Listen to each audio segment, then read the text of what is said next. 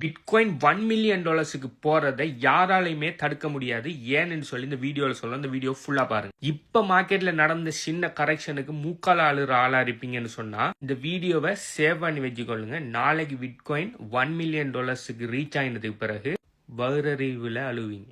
வாங்க உங்களுக்கு bitcoin history என்னன்னு சொல்றேன். இந்த போட்டோ பாத்தீங்கன்னு சொன்னா கொஞ்சம் பழைய போட்டோ. ஏன்னு சொல்லி சொல்றேன் பாருங்க. பிட்காயின் கிட்டத்தட்ட 16 வருஷம் ஆகுது. பிட்காயின் வரக்குள்ள பாத்தீங்கன்னு சொன்னா அது இதை மாதிரியான சின்ன ரேட்ல இருந்தீங்க. ஓகே, 0.0100 சம்திங் ரேட்ல தான் இருந்தீங்க. ஸோ அந்த டைம்ல பிட்காயின் வரக்குள்ள பெரிய பெரிய இன்ஸ்டிடியூஷனல் உள்ளுக்கு இல்ல, பெரிய பெரிய கவர்மெண்ட்ஸ் உள்ளுக்கு இல்ல, யாருமே பிட்காயினை பிலீவ் பண்ணல. ஓகே, 1-2 சின்ன, அதாவது பிட்காயின்ல ஏர்லி அடாப்டர்ஸ் தவிர நிறைய பேர் பிலீவ் பண்ணல இந்த ப்ரைஸில்.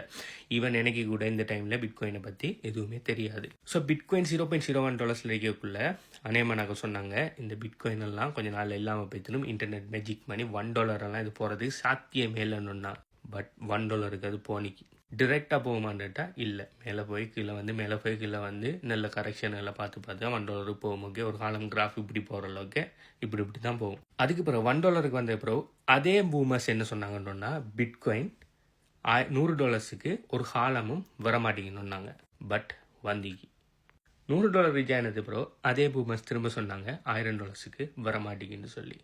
பட் வந்திக்கு இந்த ஃபோட்டோ ஏன் பழசின்னு பிட்காயின் 100K ஆல்ரெடி ரீச் பண்ணிட்டு இருந்தேன் அந்த வீடியோ செய்கிற டைமுக்கு. Okay, so 100K bitcoin reach பண்ணுறதுக்கு முதல் உருவாக்கப்பட்ட ஃபோட்டோ இது. இதில் சொல்லியிருக்காங்க எப்படி $1000 டச் பண்ணியோ அதே மாதிரி $100,000 டச் பண்ணுறது பிட்காயினுக்கு சின்ன வேலை, அது கட்டாயம் டச் பண்ணிட்டு போட்டிருக்காங்க. எஸ், ஆல்ரெடி அது நடந்துட்டு. யோசிச்சு பாருங்க, உங்களுக்கு பிட்காயினை பற்றி 0.01 தெரிஞ்சு வாங்காம இருந்த ஒரு ஆளை இருப்பீங்கன்னு சொன்னா உங்களோட மூஞ்ச கொண்டு எங்க வெப்சைட் இருக்கீங்கன்னு சொல்லி கொஞ்சம் யோசிச்சு பாருங்க.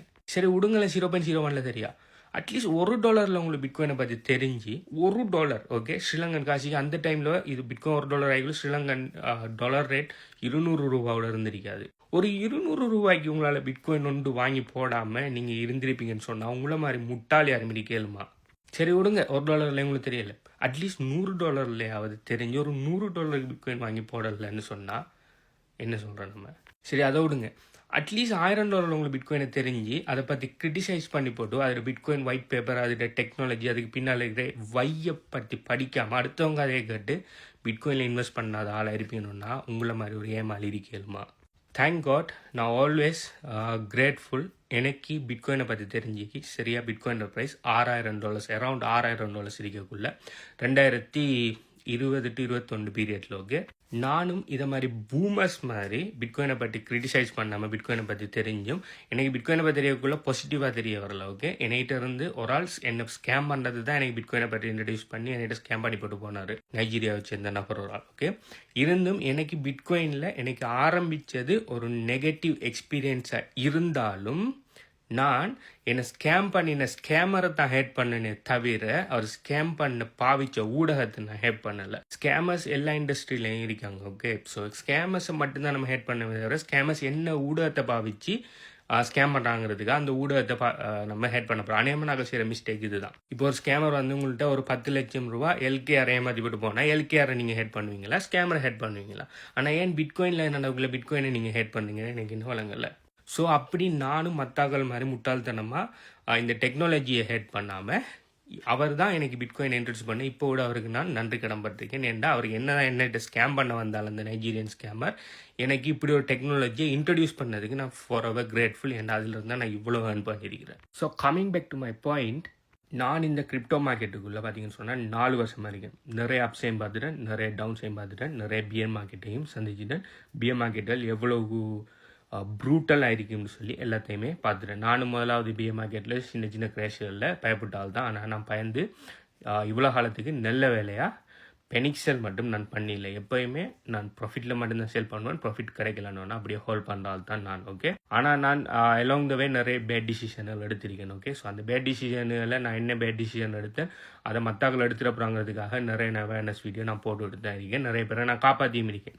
அதில் எனக்கு சந்தோஷம் தான். ஓகே, நான் பிட்காயின் ஆரம்பித்த காலத்தில் என்ன அறியாமலே நிறைய பிரமிட் ஸ்கீம்களுக்குள்ள நிறைய ஸ்கேம்களுக்குள்ள எல்லாம் நான் மாட்டியிருக்கேன். ஓகே, ஸோ அதுக்கு பிறகு இதை மாதிரி விஷயங்கள் எல்லாம் பிரமிட் ஸ்கீம், இதை மாதிரி விஷயங்கள் எல்லாம் ஸ்கேம்னு சொல்லி நிறைய அவேர்னஸ் கொடுத்து நிறைய பேரை நான் என்னை வீடியோஸ் மூலமாக காப்பாற்றிட்டீங்க. அவங்க forever grateful-ஆ இருப்பாங்களா இல்லையான்னு தெரியா. ஆனால் நான் இன்னொரு வேலை காப்பாற்றுறீங்கல எனக்கு சந்தோஷம் தான். அதுக்குரிய இது குட் டீட் எனக்கு கட்டாயம் கிடைக்கும். ஸோ எப்படி இந்த ஓல்ட் ஃபோட்டோவில் பிட்காயின் $1,000 $100,000 டச் பண்ணுறது யாராலையுமே தடுக்கலான்னு சொன்னாங்களோ அதே மாதிரி இப்போ நான் ஒரு ஸ்டேட்மெண்ட் சொல்கிறேன் உங்களுக்கு. பிட்காயின் $100,000 இருந்து $1 million போகிறத யாராலையுமே தடுக்க முடியாது, எந்த கொம்பனாக இருந்தாலும் சரி. இதை நான் சும்மா சொல்லலை. பிட்காயின் ஒயிட் பேப்பரை நான் படிச்சிருக்கிறேன், பிட்காயின் டெக்னாலஜியை படிச்சிருக்கிறேன்.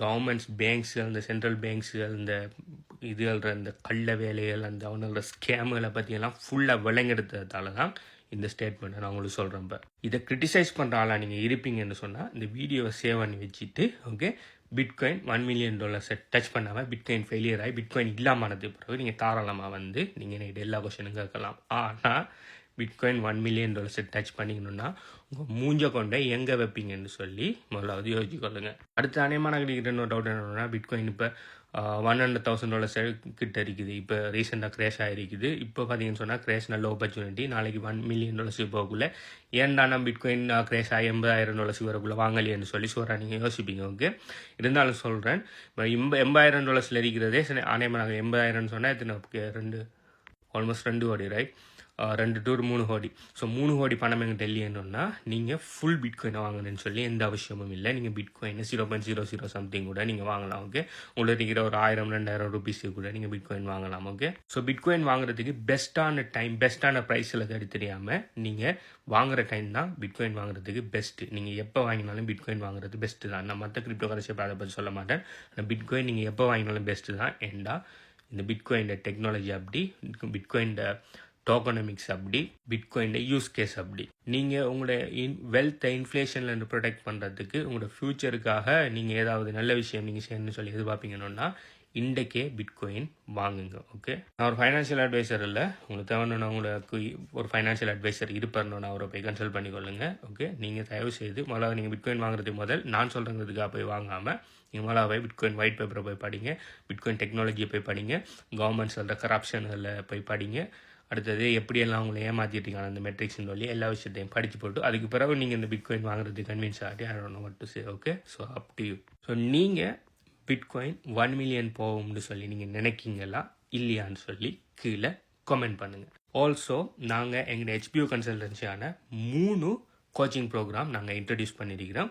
முதல்ல பார்த்தீங்கன்னு சொன்னால் பிட்காயின் ஹார்வெஸ்ட் சிஸ்டம், இது 100% ஃப்ரீ. இது பிட்காயினில் உங்களுக்கு எதுவுமே தெரியாது, நீங்கள் பேசிக்கணுன்னா இதில் போய் நீங்கள் பிட்காயின் எப்படி வாங்குற, எப்படி விற்கிற, எப்படி பிட்காயின் ஸ்டோர் பண்ணுற, எப்படி பிட்காயின் மல்டிப்ளை பண்ணுன்னு சொல்லி எல்லா விஷயத்தையுமே 100% ஃப்ரீயாக படித்து கொள்ளலாம். அடுத்து எங்கள் 2வது சிக்னேச்சர் கோச்சிங் ப்ரோக்ராம் பார்த்தீங்கன்னு சொன்னால் கிரிப்டோ கரன்சி கோச்சிங் ப்ரோக்ராம். இதில் 14 வழியில் கிரிப்டோவில் ஆக்டிவ் வேஸில் பெசிவ் வேஸில் எப்படி ஏர்ன் பண்ணுன்னு சொல்லி நாங்கள் இதில் டீச் பண்ணியிருக்கிறோம்.